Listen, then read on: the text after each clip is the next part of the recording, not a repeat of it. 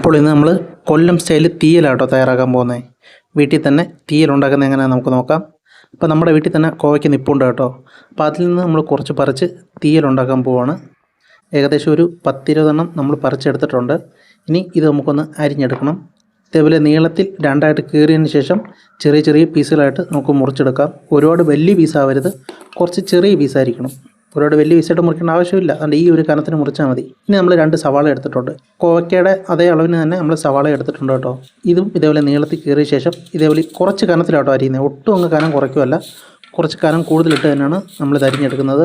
2 മൊത്തം നമ്മൾ എടുത്തില്ല, സത്യം പറഞ്ഞാൽ കുറച്ചേ എടുത്തുള്ളൂ. ഒരു മുറി ബാലൻസ് വന്നു. ഇനി നന്നായിട്ട് നമുക്കൊന്ന് കഴുകിയെടുക്കണം. നല്ലപോലെ തന്നെ കഴുകിയെടുക്കണം കേട്ടോ. കഴുകിയെടുക്കാതിരിക്കരുത്. നല്ല വൃത്തിയായിട്ട് തന്നെ കഴുകിയെടുത്ത് അത് നമുക്ക് വേറൊരു പാത്രത്തിലോട്ട് മാറ്റി വെക്കാം. സവാളയൊന്നും ഇതിൻ്റെ കൂടെ ഇടല്, സവാളയും വേറെ തന്നെ നമ്മൾ അരിഞ്ഞ് വെക്കണം. ഇനി നമ്മൾ ഒരു മുറി തേങ്ങ തിരുമ്മേൻ്റെ പീരയാട്ടോ ഇത്. ഒരു മുറി തേങ്ങ തിരുമ്മിയുള്ളൂ, ഒരു ചെറിയൊരു പീസ് തേങ്ങ. ഇനി ഇത് മിക്സിയിലിട്ട് ഒന്ന് കറക്കിയെടുക്കണം. ചെറുതായിട്ടൊന്ന് കറക്കിയെടുത്താൽ മതി, എന്നാലേ നമുക്ക് വറക്കാൻ കുറച്ചും കൂടി എളുപ്പം വരത്തുള്ളൂ കേട്ടോ. ഇനി നമ്മളൊരു ചീനിച്ചട്ടി ഇട്ട് അടുപ്പത്ത് വെച്ചിട്ടുണ്ട്. ഇനി നമുക്കിത് കരിഞ്ഞു പോകാത്ത രീതിയിൽ തീ കുറച്ചിട്ട് ഇത് വറുത്തെടുക്കണം. ഒട്ടും കരിഞ്ഞു പോകരുത്. ഇതേപോലെ പെതുക്കെ ഇളക്കി ഈ ഒരു നിറം ആവുന്നിടം വരെ നമുക്കിത് ഇളക്കിയെടുക്കണം. എന്നിട്ട് തീ നല്ല കുറച്ച് വെച്ച ശേഷം കുറച്ച് മല്ലിപ്പൊടി, അതേപോലെ മുളക് പൊടി. ഇനി ഇതൊന്നും കൂടെ നല്ലതായിട്ട് ഇളക്കി കൊടുക്കണം. ഈ സമയത്ത് വേണമെങ്കിൽ നിങ്ങൾക്ക് തീ ഓഫ് ചെയ്യാം കേട്ടോ. നമ്മൾ ഈ സമയത്ത് തീ ഓഫ് ചെയ്തു. ഇനി കുറച്ച് മഞ്ഞൾപ്പൊടിയും കൂടെ ഇട്ട് കൊടുക്കാം. എന്നിട്ട് വീണ്ടും ഇളക്കി കൊടുക്കാം. എന്നിട്ട് ഇതങ്ങ് മാറ്റി വെക്കണം. ഒന്ന് തണുത്ത ശേഷം നമുക്കൊരു ജാറ് ഇട്ട് കൊടുത്തിട്ട് ഇത് ഒന്ന് പൊടിച്ചെടുക്കണം. നേരിട്ട് വെള്ളം ഒഴിക്കില്ല, പൊടിച്ചതിന് ശേഷം മാത്രം വെള്ളം ഒഴിച്ചു കൊടുക്കാവുള്ളൂ. ആദ്യമേ വെള്ളം ഒഴിച്ച് കഴിഞ്ഞാൽ അത് മൊത്തം അരഞ്ഞ് കിട്ടത്തില്ല. ഇനി വീണ്ടും നമുക്കൊന്ന് കറക്കിയെടുക്കാം.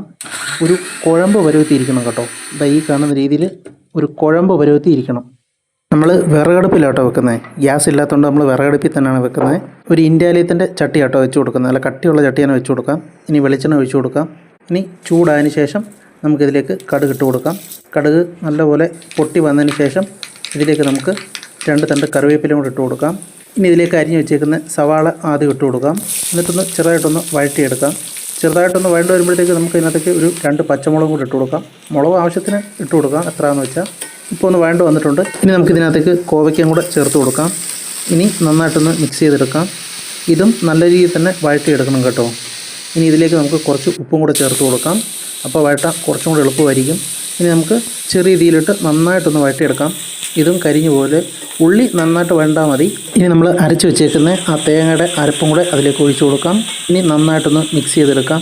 ഇനി നമുക്ക് ഏകദേശം ഒരു 20 മിനിറ്റ് എങ്കിലും ഇത് അടച്ച് വെച്ച് നന്നായിട്ടൊന്ന് വേവിച്ചെടുക്കണം. 20 മിനിറ്റ് എങ്കിലും ഇരിക്കണം കേട്ടോ, എന്നാലേ നല്ല രീതിയിൽ വേവത്തുള്ളൂ. ഇപ്പോൾ 20 മിനിറ്റ് കഴിഞ്ഞിട്ടുണ്ട്. നല്ല അടിപൊളിയായിട്ടുള്ള കൊല്ലം സ്റ്റൈൽ കോവയ്ക്കത്തിയിൽ റെഡി ആയിട്ടുണ്ട്. അപ്പോൾ നമ്മൾ കോവയ്ക്കത്തിയിൽ എടുത്ത് ചോറിനകത്തേക്ക് കണ്ട ഇതേവരെ ഇട്ട് കുറച്ച് കോവയ്ക്ക മെഴുക്കോട്ടും എടുത്ത് അടിച്ചാൽ ഉണ്ടല്ലോ, പൊളിയായിരിക്കും. അപ്പോൾ വീഡിയോ ഇഷ്ടമായ ലൈക്ക് ചെയ്യുക, കമൻറ്റ് ചെയ്യുക, ഷെയർ ചെയ്യുക. മറക്കാതെ തന്നെ നമ്മുടെ ചാനലൊന്ന് സബ്സ്ക്രൈബ് ചെയ്യുക. അപ്പോൾ പുതിയ വീഡിയോ ആയിട്ട് നമ്മൾ അടുത്ത ദിവസം തന്നെ വരുന്നതായിരിക്കും.